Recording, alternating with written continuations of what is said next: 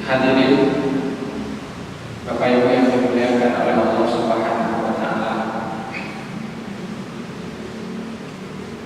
Dalam beberapa minggu ini kita disibukkan dengan berbagai macam tayangan. Salah satunya yang sangat menjadi berita nasional dan di berbagai media sosial, baik media cetak maupun media elektronik, yaitu kedatangan Khadimul Haramain Syarifain, kedatangan penjaga dua kota suci, yaitu Raja Salman bin Abdul Aziz Al Saud, salah seorang tokoh berpengaruh, bisa disebut nomor satu di dunia saat ini, yang senantiasa memberikan banyak bantuan kepada umat Islam di berbagai penjuru dunia. Kehadiran beliau di negara kita Indonesia ini seperti oase, seperti hujan yang datang di musim paceklik atau musim kemarau. Ada asa yang dirajut di sana, harapan bahwa wisata di Indonesia, bahwa Raja Salman bisa menjadi endorsement wisata halal di level internasional, dan tentunya investasi dalam bentuk berbagai macam kesepakatan yang mengandung energi positif bagi bangsa Indonesia. Dan kedatangan beliau juga menjadi sebuah kehormatan di saat kaum muslimin telah begitu disibukkan dengan berbagai persoalan di akhir-akhir ini. Hadirin Bapak Ibu yang dimuliakan oleh Allah Subhanahu wa taala. Saudi Arabia merupakan negara dalam sebuah penelitian sekitar penduduknya tidak banyak, sekitar 26 juta lebih dalam sebuah penelitian beberapa tahun belakangan. Dan kaum muslimin yang datang setiap tahun sekitar 14 juta jiwa. 4 juta ketika wukuf di Arafah yang melaksanakan ibadah haji.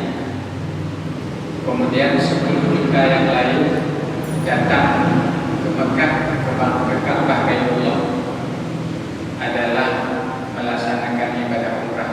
Mungkin akhir-akhir ini bertambah karena perluasan Masjidil Haram dan jamaah umrah begitu banyak. Ada hal yang menjadi catatan bagi kita pada malam hari yang berbahagia ini. Dengan catatan tersebut kita mencoba mengambil pelajaran berharga di balik kedatangan Raja Salman tersebut, yaitu pada masa Nabiullah Ibrahim. Nabi Ibrahim, bapaknya para nabi selain Nabi Adam, bahkan kakeknya Rasulullah.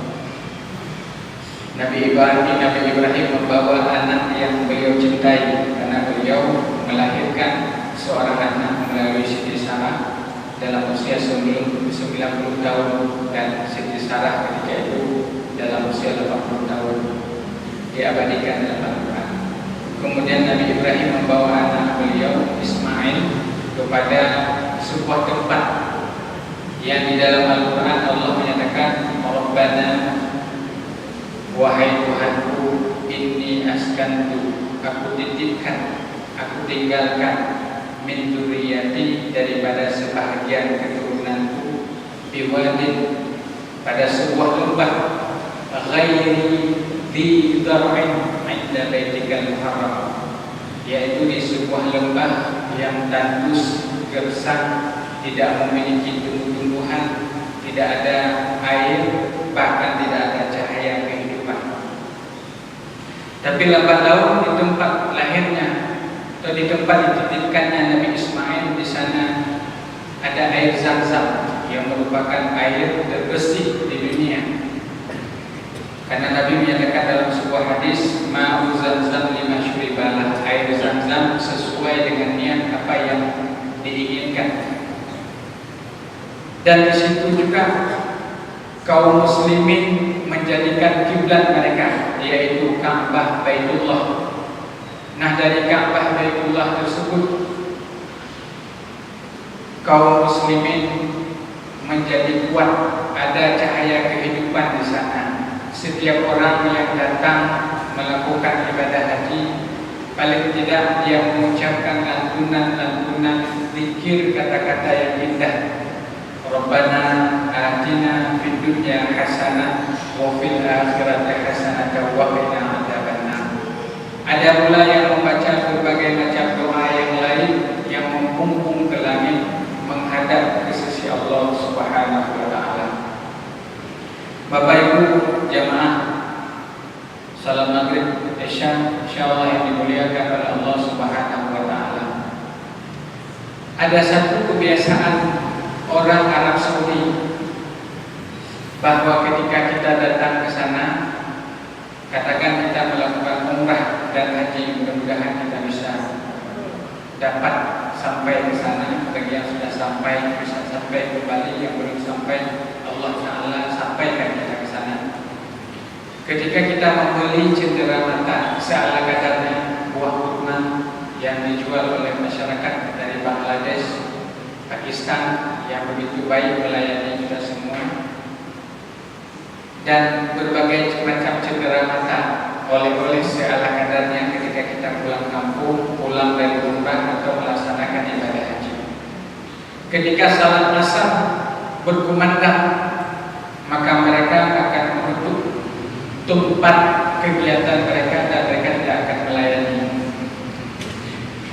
Nah, rupanya salat berjamaah memiliki peran penting dalam kebangkitan umat Islam, terutama di Saudi Arabia, karena mereka meyakini, mereka bermazhab Hambali. Dalam mazhab Hambali, salat berjamaah itu hukumnya fardhu ain. Berbeda kita dengan kita yang menganggapnya fardhu kifayah dan juga sunnah muakkad. Oleh karena itu, dalam salah satu kitab Al-Kabair karya Imam Al-Hafidz Syamsuddin Al-Dhahabi, Imam Al-Dhahabi salah seorang ulama besar hadis, menuliskan bahwa ternyata dalam salat berjamaah tersebut dengan aturan syarat-syarat yang ada dalam berjamaah tersebut, baik itu pada imam ataupun pada makmum dan pada para jamaah, tentunya ada keutamaan yang besar di sana. Beliau menyatakan wa fadlu salatil jamaah azimun kama fi tafsir qoulih ta'ala. Beliau menyatakan bahwa salat berjamaah itu azim, agung kedudukannya, luar biasa. Sebagaimana firman Allah di dalam surat Al-Anbiya, surat Al-Anbiya ayat 105, Allah menyatakan a'udzu billahi minasyaitonir rajim. Bismillahirrahmanirrahim. Wa laqad katabna fiz zabur min ba'di dzikr annal arda yarithuha ibadiyas salihun.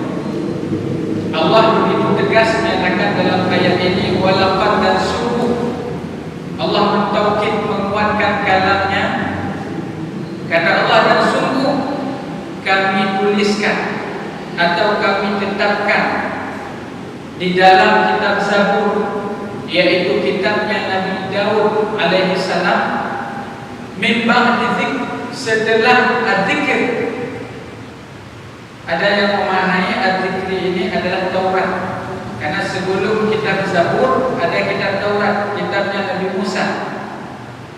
Ada yang memaknainya zikri ini adalah Al-Quran, dan ada yang memaknai zikri ini adalah Al-Quran yang berada di Lauhul Mahfuz. Apa ketetapan Allah tersebut? Annal arda, bahwa bumi ini dengan seisinya, yarithuha ibadiyas salihun, Allah akan wariskan kepada hamba-hambanya yang saleh. Siapa hamba yang saleh tersebut? Kata Imam Az-Zahabi, annahum al-musalluna salawatil khams fil jamaah. Mereka adalah hamba Allah atau orang-orang yang melaksanakan salat 5 waktu sehari semalam di dalam jamaah. Ini makna daripada hamba-hamba yang saleh, yaitu senantiasa mampu melaksanakan salat berjamaah. Dalam surah Yasin ayat 12 yang biasa kita bacakan, Allah juga menyebutkan a'udzu billahi minasyaitonir rajim wa naktubu ma qaddamu wa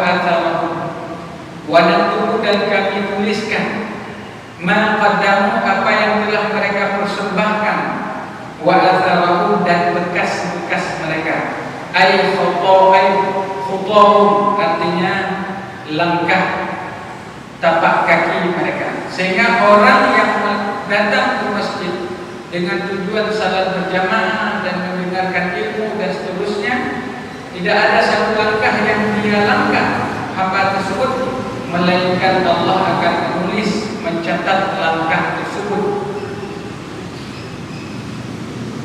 Wa fi sahih, dan di dalam sahih Muslim maksudnya, anna Rasulullah sallallahu alaihi wasallam, bahwa Rasul bersabda, beliau bersabda,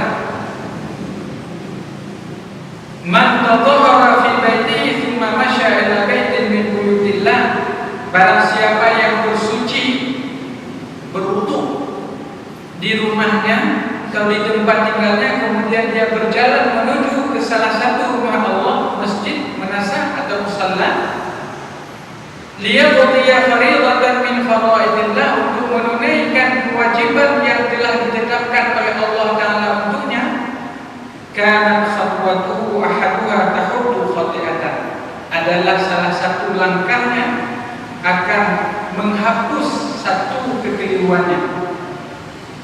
Wal ukhra tarfa'u darajat, sedangkan langkah yang lainnya akan meningkatkan derajatnya di sisi Allah. Fa idza shalla lam tazalil malaikatu tusalli alaihi ma dama fi musallahu alladhi shalla fi, yaqulun Allahumma ighfir lahu, Allahumma arham, ma lam yudhi fi aw yuhaddis fi. Apabila hamba tersebut salat di dalam masjid atau senantiasa dalam masa masjid, maka senantiasa malaikat mendoakan hamba tersebut. Ada dua doa daripada malaikat. Yang pertama, Allahumma ighfir lahu, ya Allah ampuni hamba tersebut. Allahumma arhamhu, ya Allah berikan rahmat kepada hamba tersebut, selama hamba tersebut komit di dalam masjid tadi dengan salat dan ibadah lainnya. Hadis riwayat Imam Muslim, tidak ada masalah dengan hadis yang sahih. Hadirin Bapak Ibu yang dimuliakan oleh Allah Subhanahu wa taala. Dalam kesempatan yang lain Rasul menyebutkan dalam hadis sahih juga, Rasul menyatakan, ala adullukum, maukah aku tunjukkan kepada kalian, ala ma yamhullahu bihil khataaya, terhadap sebuah perbuatan yang akan menghapuskan berbagai macam kekeliruan, wa yarfa'u bihi darajat, dan akan meninggikan derajat seseorang. Qalu, para sahabat yang mendengar ucapan Rasul, pertanyaan Rasul tersebut, menjawab, qalu ya Rasulullah, bala ya Rasulullah, baik, na'am wahai Rasul. Rasul menyatakan ada 3 hal. Yang pertama, kata Rasulullah, isbaghil wudu 'alal makarih, memperbanyak wudu walaupun kondisi dingin. Makarih ini perkara yang agak sulit, agak susah. Kondisi dingin, subuh atau kondisi dingin, kadang-kadang demam sedikit misalnya. Wa kathratul khutha ila al-masajid, dan memperbanyak langkah ke masjid. Wa intidharu salati ba'da salat, dan menunggu salat dengan salat yang lain, seperti kita menunggu salat maghrib, menunggu salat isya, setelah salat maghrib menunggu salat isya. Karena dalam hadis yang lain yang diriwayatkan oleh Imam Muslim, Rasul menyatakan ada 7 golongan yang Allah akan berikan naungan kepada hamba tersebut ketika tidak ada naungan. Salah satunya warajulun qalbuhu mu'allaqun bil masajid, yaitu seorang hamba Allah yang hatinya